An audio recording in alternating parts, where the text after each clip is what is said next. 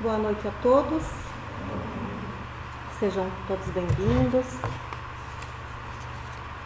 Para que nós inicie o nosso assunto da noite, né, como está ali, a dinâmica do perdão, convido para que nós possamos fazer uma oração inicial. Então podemos fechar os nossos olhos e lembrarmos de Jesus, o nosso Mestre amoroso, aquele irmão maior, aquele médico, aquele a quem confiamos em todos os momentos. E agradecemos ao Mestre por aqui estarmos mais uma vez, em seu nome, aprendendo, divulgando a doutrina que Ele nos deixou. E também recebendo do alto as energias de paz e de luz que tanto necessitamos. Pedimos a Ele que nos envolva na sua atmosfera amorosa e pacífica e que possamos, ao regressar aos nossos lares, levar-nos um pouquinho da sua paz. Muito obrigada, Senhor, e que assim seja. Então, este assunto, a dinâmica do perdão, por que dinâmica, né? Porque perdoar requer atitude, né? Não é simplesmente um estalar de dedos e nós perdoamos. Aqui implica vários fatores, mas o primeiro é a vontade. Precisamos ter o coração presente na atitude que nós vamos tomar. Mas para início de conversa, a gente ultimamente tem ouvido muito mais falar de Jesus. Não sei se é impressão minha, se vocês concordam comigo, mas nós estamos falando muito mais em Jesus nos últimos tempos. Entanto, foi a pandemia que nos trouxe a necessidade da gente se fortalecer perante os embates que ela nos trouxe, e um tanto também foi que nós estamos rodeados de palestras, de tantas coisas que a mídia nos oferece e que nós, quem tem boa vontade, procura esse ilumínio. Nesse fim de semana nós tivemos o Congresso Espírita, que acontece de 2 em 2 anos. E este ano ele ocorreu todo online. Até inclusive, né, como fica gravado, quem quiser, está fragmentado. Tem sexta de noite, abertura com o Divaldo, tem sábado de manhã, sábado à tarde, tem às 20 horas do sábado, que o finzinho sempre é para a juventude, que é a Rossandro Klinger falando sobre temas pertinentes à juventude. Tem domingo pela manhã, todo separadinho lá no YouTube. Domingo à tarde e o encerramento domingo à noite. Domingo à noite também o tema era para a juventude com o Alberto Almeida, com perguntas e respostas. E o tema do congresso era, olha só, união e fraternidade, a nova ordem social. União e fraternidade. É o que nós viemos buscando há quanto tempo? Especialmente a fraternidade, né? Frater, de irmão, de sabermos conviver com o irmão. E conviver com o irmão quer dizer viver com. Muitas vezes é preciso, como disse Jesus, perdoar não 7 vezes, mas 70 vezes 7 vezes cada ofensa. E esta proposta, então, do Congresso foi muito voltada às pegadas que o Mestre deixou sobre a Terra. Muitas passagens, muitas reflexões, vale muito a pena assistir.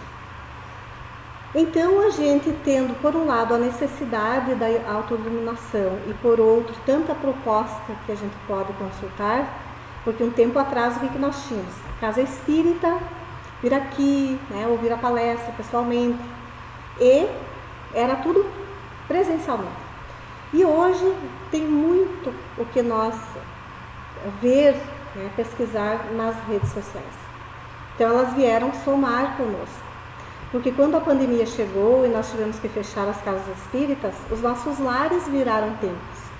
Nós começamos a estudar de casa, fazer palestras e ouvir palestras. Eu lembro que a primeira vez que eu fiz uma palestra de casa pelo Facebook, quase morri, né? Porque era muita novidade. Fiquei ali tensa, né? Tremendo, me fechei no quarto e era ainda 1 hora. Eu fiquei muito nervosa. E isso serviu de muito aprendizado para a gente, porque a partir do momento que a gente é jogado, né, para fazer algo novo, digamos assim, empurrado para fazer, você se vê obrigado e sai e faz. Então, o que isso tem a ver com o perdão? Quando chega a pandemia, lá no início de 2020, que nos colocou para dentro de casa, o que nós fizemos? Muitas famílias que só se viam presencialmente durante fins de semana, feriados, e que essa convivência não era tão agradável, porque vamos falar a verdade que muitas vezes a maior dificuldade está nos nossos lares, aquela convivência com o irmão que está ali, quando nós nos permitimos ser nós mesmos. Com os estranhos a gente não se permite tanta liberdade, mas em casa muitas vezes a gente é a gente mesmo e não agrada, e o outro da mesma forma. Então a dificuldade de convivência foi tão grande que nós estamos vivenciando que a pandemia ainda está conosco, não nos deixou, nos permitiu uma liberdade maior, mas ainda estamos convivendo com ela. A gente percebe tanta necessidade de ajuste, de atendimento psicológico, espiritual, e a gente se vê na necessidade da busca da espiritualidade, da espiritualização. E isso é algo, muitas vezes, solitário, porque nós vamos estar com o outro, aprender com o outro, mas a interiorização, o aprendizado, a vivência é muito individual. É aquilo que eu faço do meu conhecimento. Então, perdoar nem sempre é muito fácil. Que o congresso que nós falamos foi de 8 a 10. Está lá então no YouTube para quem gostar, quiser pesquisar. Não tem como falar em perdão sem falar em Jesus. Quantas frases, passagens, ensinamentos ele nos deixou, ele vivenciou, ele exemplificou na sua jornada. Foram 3 anos de convivência com os diferentes da Terra. Hoje eu estava ouvindo ao meio-dia um pouquinho sobre as passagens de Jesus, sobre seus ensinamentos, e fica muito claro que Jesus ele não estava no meio daqueles que eram sãos, ele estava entre aqueles que eram doentes, dos diferentes, das prostitutas, daqueles que precisavam do perdão, daqueles que precisavam aconselhamento, acolhimento. Jesus, ele não se importou com o que os outros pensavam dele. Ele foi na casa de pessoas que não eram de boa vida, né, para a época. Ele foi instigado, né, pelos inimigos, pelos fariseus, a tomar partido em questões de tradição, como no caso da mulher adúltera, que nós conhecemos muito bem a passagem, e ele teve que ali também trazer o ensinamento daquilo que era o correto e era o justo, dizendo que atirasse a primeira pedra aquele que estivesse sem pecado. E ele foi o cara, é o cara, porque não teve ninguém melhor que ele depois de Jesus. Ele é o ser mais perfeito que pisou na terra. Com o exemplo que ele nos deu, muito vivo ainda na nossa memória. Então Pedro, que era o mais próximo dele, chegou a Jesus e perguntou: mestre, aquela frasezinha tão conhecida nossa, quantas vezes que a gente deve perdoar alguém? E muitas vezes a gente se vê questionando a si próprio, né? Mas de novo? Outra vez? Será que eu vou ter que perdoar de novo? Né? Estou cansada de perdoar. E olha o que Jesus nos disse. Com isto, Jesus não estipulou um número exato. O que será que ele quis dizer para nós? Que a gente deveria perdoar sempre, né? Então ele nos ensina, além de tudo, que o perdão faz parte da misericórdia. O que é a misericórdia? É aquele amor, é aquela compaixão, é aquele entendimento, é aquela compreensão que eu posso estar levando aquele irmão. E ele nos aconselhou que nós devemos ser doces e humildes de coração, porque somente os mansos, aqueles que têm a bondade, a tolerância, a mansuetude, a calma, o discernimento, é que pode realmente ser o merecedor do perdão que o Pai maior nos também proporciona. E ele diz para nós assim: perdoai os vossos irmãos como tendes necessidade de serdes perdoados. Se os atos dos nossos irmãos nos prejudicaram pessoalmente, então o mérito é ainda maior do perdão, porque o perdão que tem mais valor perante Deus é aquele que mais nos deu trabalho para ser perdoado, que foi uma ofensa mais grave, que mais doeu. Uma ofensa leve é fácil de ser perdoada, mas uma ofensa grave que nos mexeu com a nossa honra, com a nossa ética, com aquilo que nós acreditamos, esta é a mais difícil de ser perdoada e é a que mais mérito leva aos olhos do Pai. E aqui nos traz também uma outra questão. A gente fala muito em perdoar os outros. Será que nós não precisamos nunca do perdão de ninguém? Nós estávamos falando inicialmente que a pandemia trouxe para nós uma nova ordem social. Quer dizer, agora você fica em casa e convive com os teus familiares. E muitos de nós não estávamos prontos para isso, né? Nós não estávamos acostumados com essa rotina. Vamos falar a verdade, não é muito mais fácil nós colocar o nosso filho na creche para que ele seja atendido, educado pelas professoras que estão lá? Não é muito mais trabalhoso para nós educar uma criança em casa, dizer os nãos necessários, colocar os limites, disciplinar com amor, em vez daquele descanso que nós queremos ter no fim de semana, estarmos com o filho, dedicarmos o tempo a ele, acompanhar, brincar, estar presente, ser presente, não é muito mais trabalhoso do que nós pagar alguém para fazer isso para nós? Mas quando chegou esse momento de reclusão, nós tivemos que assumir a paternidade, a maternidade dos nossos próprios rebentos, como dizia Jesus. E isso também foi algo que nos desestabilizou. Então, é uma nova ordem social. Não digo que esse momento de pandemia foi bom, não foi. Quantos de nós está vivendo os lutos? Quem não perdeu amigo, familiar, continua perdendo, né? Familiar, amigo, conhecido, alguém que nos é caro, né, ao coração. Mas aqui também entra a espiritualidade. E quando a gente consegue compreender os motivos, por que acontece, ocorre de tempos em tempos, estas pandemias, estes surtos, estas coisas que acabam levando alguns, muitas vezes mais jovens, deixando os mais velhos, fazendo aquela peneira que nós não conseguimos compreender se nós olharmos só pela parte material, nós também vamos ter o coração acalentado se nós buscarmos saber. A doutrina espírita tem este viés, porque sendo uma doutrina reencarnacionista, que nos fala de reencarnação, de renascimentos, de vidas sucessivas.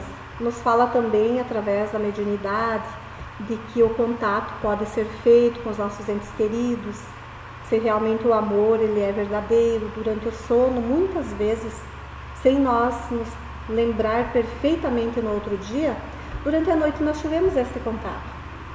Matamos a saudade, revemos, conversamos, abraçamos aqueles que nós amamos.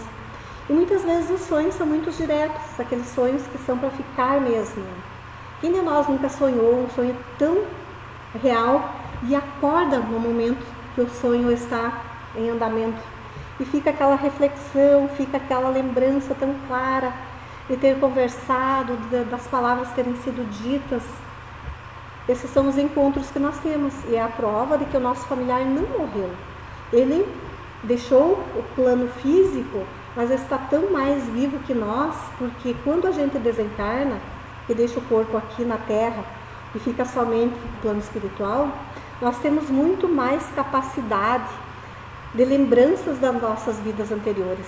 E lembramos daquilo que a gente já sabe, lembramos de afetos que muitas vezes nós não tivemos contato nesta vida, né, nesta existência, e se amplia o nosso horizonte. Nós conseguimos compreender melhor, nós conseguimos ampliar a consciência, saber com mais clareza o que é correto, o que é errado, e também os ajustes de contas, né? A gente se depara também com aquilo que fez de errado, e a consciência sofre, a gente sofre quando percebe que não acertou tudo, que deixou a desejar. Então o desencarne, a morte, ela não é o fim, jamais foi. Ela é apenas uma mudança, né, de plano. Tem muitos filmes, muitas coisas fantasiosas, que tem outras dimensões, que as pessoas passam para outras dimensões, se perdem da dimensão que estava. É uma forma meio grosseira de comparar, mas é mais ou menos isso. A alma desencarnada, ela está num outro plano, pode estar certamente aqui conosco. Tem muitos irmãos nossos desencarnados, estão aqui. Nós, porque estamos vestindo a roupagem física que a gente fala, que é o corpo, então ele nos limita o olhar, a visão. Os videntes podem enxergar, nós os leigos não, mas podemos sentir muitas vezes muitas coisas oriundas destes irmãos que estão conosco, que nos abraçam, que nos visitam, que estão sentados muitas vezes ao nosso lado e gostariam de dizer alguma coisa para nós, e muitas vezes nos intui, fazendo aquela lembrança, né? Aquele bem-estar, aquela sensação de alegria, de tristeza, uma lembrança, algo. Podem ser os nossos irmãos que estão ali dizendo, estou aqui. Então, por isso que nós devemos manter o coração sempre confortado, porque Deus, sendo o Pai, Ele não nos tiraria um afeto com aquele adeus para sempre, né? Mas voltando à nossa dinâmica do perdão, Jesus nos diz, através de Allan Kardec, que perdoar os inimigos é pedir perdão para nós mesmos. Perdoar os amigos é dar prova de amizade.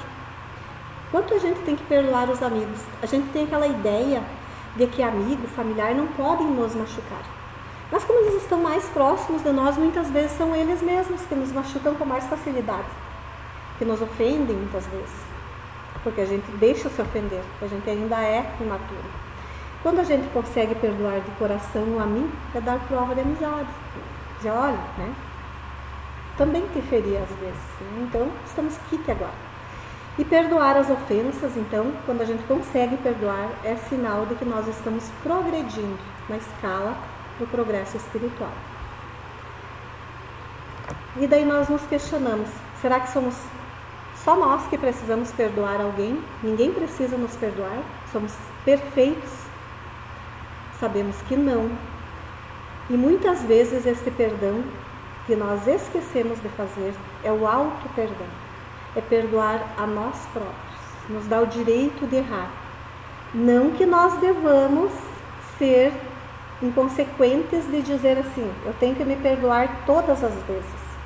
E assim eu cometo erros um em cima do outro porque eu tenho que me perdoar. Não é por este lado, não é por este entendimento.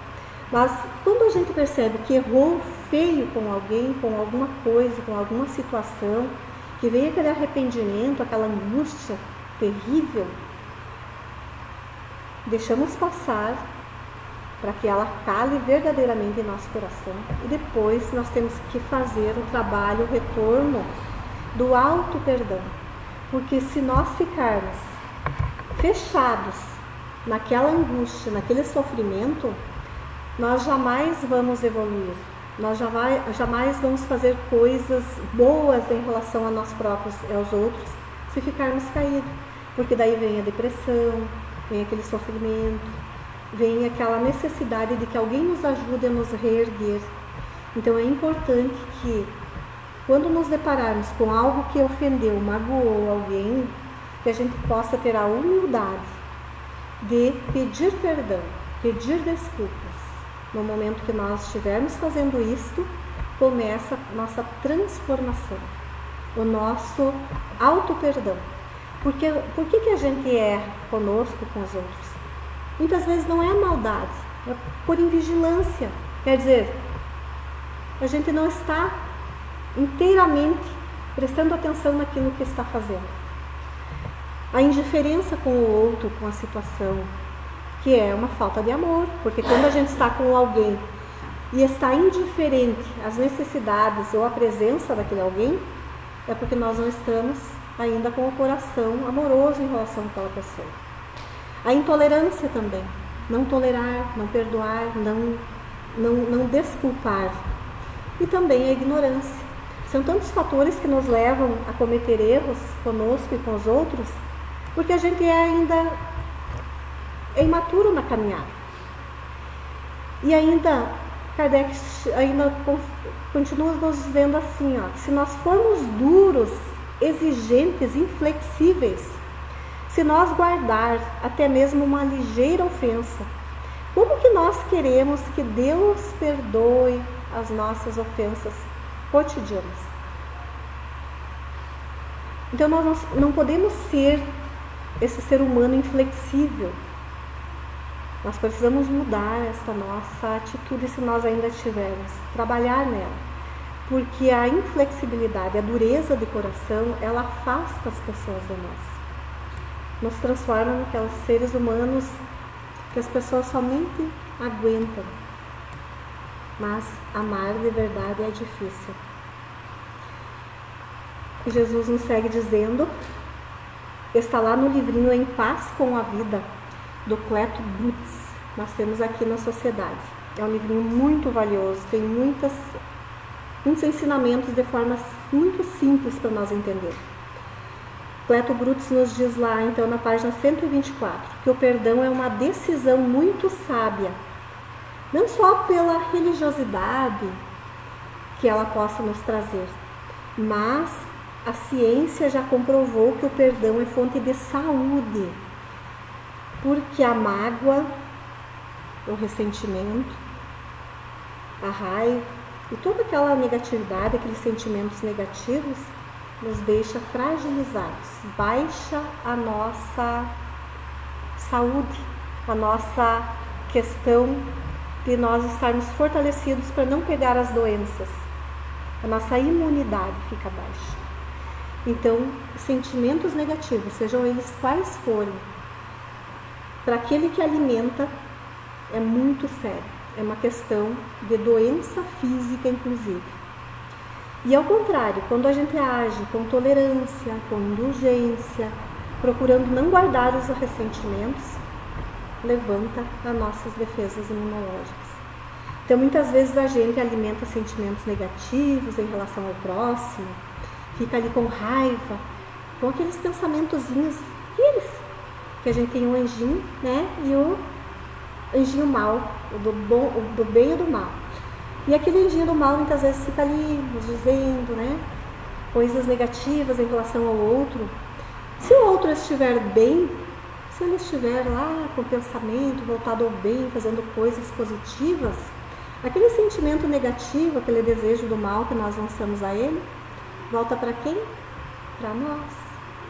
E aí nós adquirimos mais doenças físicas e as companhias que a gente sabe que não existem desencarnados somente angelicais, assim como não são somente do mal. Assim como na Terra nós temos pessoas de diferentes corações, pessoas bondosas, pessoas simpáticas, pessoas para frente. Temos também aquelas pessoas que ainda estão a quilômetros de distância de Jesus, porque não estão ligadas à espiritualidade, não têm interesse ao bem. Essas desencarnam e continuam sendo elas próprias. Então, quando nós temos pensamentos, sentimentos do bem, atraímos companhias do mesmo nível. E ao contrário, da mesma forma. Nós que estudamos um pouquinho, que estamos na casa espírita, que já ouvimos muitas coisas relacionadas ao Evangelho desse tema, precisamos nos cuidar para não cair na tentação de alimentar pensamentos negativos. Então, na mesma página, Cleto Brutus nos diz assim: em primeiro lugar, precisamos compreender que perdoar é bom, principalmente para quem perdoa. E eu diria mais, liberta quem perdoa. Com o perdão, nos desvinculamos dos erros e nos liberamos para caminhar rumo à conquista da felicidade. E ele nos diz mais ainda, que o perdão é uma dinâmica. Então, aprender a perdoar é preciso lembrar que somos espíritos antigos e compreender que em relação à vida ninguém é vítima. Todos temos nossa parcela de responsabilidade e que perdoando os inimigos estamos perdoando a nós mesmos. Às vezes aquele inimigo que está ali conosco, seja encarnado lá na pessoa do colega de trabalho ou lá no nosso lar, como um filho, pai, um irmão, um esposo ou esposa, que nós temos que fazer os ajustes com esta pessoa, ela é nossa inimiga por quê? Por que será? Será que nós nunca fizemos nada para conquistar essa inimizade? A inimizade de alguém não é fato gratuito, não. Algum momento nós fizemos algo para conquistar essa inimizade. Então, quando a gente perdoa, muitas vezes estamos desatando laços demorados de outras vidas e resolvendo questões, porque o próprio perdão que nós dedicamos àquela vítima, nossa, de tempos passados, faz com que ela olhe para nós com outro olhar e pense também em modificação, porque Jesus não foi o modelo, o guia, e ele foi modelo e guia por quê? Porque ele vivenciou, ele foi o exemplo daquilo que ele falou. Ele não só falou, muitas coisas ele nem falou, ele apenas exemplificou. Então o nosso exemplo é muito maior para alguém que está nos olhando do que palavras. Santo Agostinho já nos dizia aquela frase maravilhosa que eu gosto muito de citar: evangelize sempre, se necessário use palavras, somente se necessário. Então é o nosso exemplo, é o nosso proceder que vai instigar o outro a melhorar. E ainda segue dizendo assim: rompendo esses fios invisíveis que nos mantêm conectados a mentes culpadas, saindo da condição de devedores, quebrando esse ciclo de erros, culpas e vinganças, com o perdão nos mostramos melhores. Quer dizer, quando a gente está com débito, com raiva, com ressentimento, com mágoa de alguém, é de mente a mente, de alma a alma, os fiozinhos invisíveis da ligação. A gente está preso a esta pessoa e ela a nós. Quando perdoamos, desata os fios e cada um segue a sua vida. A liberdade, a libertação. Mas o Cleto Brutus ainda nos diz o seguinte, porque muitas vezes a gente se depara com alguém que diz assim: eu não vou perdoar. Imagina, eu vou perdoar e ele não vai ter que ressarcir essa dívida. Não é como nós perdoar uma dívida financeira, material. Nós não isentamos o outro de pagar a dívida. Quando a gente perdoa e se liberta, o que o outro fez de errado, ele vai ter que responder por isso. Não é que ele não precise pagar a sua conta. É só uma libertação. Ele vai ter que pagar, ou nós, se formos os devedores, de alguma forma teremos que ressarcir a dívida com o outro. Então, perdoar não é admitir que o agressor esteja certo e nem liberá-lo de resgatar os seus erros, pois ele continuará sujeito à reparação e a justiça divina se encarregará disso. Não esqueçamos que Deus, que tudo vê, que tudo sabe, Ele não permite que nenhuma consciência fique em débito. Todos os nossos erros precisam ser ressarcidos, de uma forma ou de outra. A lei divina cumprir-se-á independente das nossas atitudes, pois ela se autorregula e se autoaplica, não necessitando da nossa ação. Quer dizer, não precisamos fazer a justiça com as nossas próprias mãos. Nós temos quem zele por nós. E o perdão incondicional que Cristo nos exemplificou, ele ainda não está dentro das nossas possibilidades. Quer dizer, perdoar, esquecer, nunca mais lembrar daquele fato. A nossa memória é boa, nós vamos lembrar. Mas o que nós temos que entender? Que perdoar, que esquecer não é possível. Mas é possível lembrar sem ressentimento, sem mágoa. Não sei se só eu, mas muitas vezes na minha trajetória terrena, muitas vezes ao encontrar alguém que eu tive alguma desavença, meu coração ficava pulsando. Chegava a ser físico, fato. Né? A presença física daquele ser alterava a minha condição física. Isto nos traz a doença. E quando a gente consegue perdoar, quando a gente se liberta, a gente vê o outro. Pode lembrar, o Pedro me magoou, mas não tem mais dor, nem ressentimento, nem desejo de revide, nem um sentimento assim. Eu olho para o Pedro, se não tem amor, pelo menos não tem raiva. Então, esse é o processo dinâmico do perdão. Um dia, quando formos mais evoluídos, mais elevados espiritualmente, nós vamos esquecer completamente as ofensas. Elas vão ficar no passado. Ou melhor, podemos dizer assim, que não vai ter ofensas, porque nós não vamos nos ofender. Será que Jesus se ofendia com as infantilidades daquele povo, que éramos nós mesmos, que fazíamos tantas coisas infantis, ignorantes, precárias? Será que Jesus se ofendeu com algum de nós? Jesus disse, olha, em verdade vos digo, vocês vão pagar tudo que vocês estão fazendo para mim. Disse Jesus isso? Não disse, né? Jesus disse uma frasezinha que está mais no fim dos meus slides aqui. O sacrifício mais agradável a Deus é o dos próprios ressentimentos. Combater todo sentimento de ódio, de animosidade e os maus pensamentos contra o nosso irmão. Esse é o sacrifício mais agradável a Deus. Porque o amor, porque isso é uma forma de amor. Porque o amor resume todos os deveres e porque é impossível amar a Deus sem praticar a caridade, da qual Ele faz uma lei para todas as criaturas. Vamos recordar daquele mandamentozinho que Jesus nos deixou: amar a Deus sobre todas as coisas e ao próximo como a nós mesmos. E Jesus tanto não se ofendeu conosco, que Ele ainda lá na cruz, sofrendo tudo aquilo que nós conhecemos, o que Ele disse? Pai, perdoa-lhes porque não sabem o que fazem. Um dia nós também não vamos nos ofender com nada e com ninguém, quando nós estivermos mais maduros, mais conscientes, mais espiritualizados. Nenhuma ofensa vai nos fazer mal. Nós vamos olhar o outro, compreendendo, pensando, desculpando de verdade. Porque muitas vezes a gente tenta desculpar a atitude do outro para um terceiro de forma muito forçada.